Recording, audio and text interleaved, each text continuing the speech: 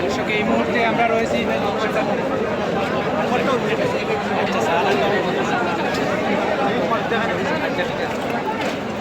দর্শক এই মুহূর্তে আমরা রয়েছি সিলেটের ইস্টার্ন এবং সিলেট 10 লাইভের পর্দায়। আমরা এই মুহূর্তে দেখতে পাচ্ছি যে আসরের নামাজের যে নিরাপত্তা পালন করতেছেন সাধারণ শিক্ষার্থীরা এবং সারা দেশে গুণহত্যা এবং গণহত্যার যে প্রতিবাদে তাদের বিক্ষোভ যে সমাবেশটি রয়েছে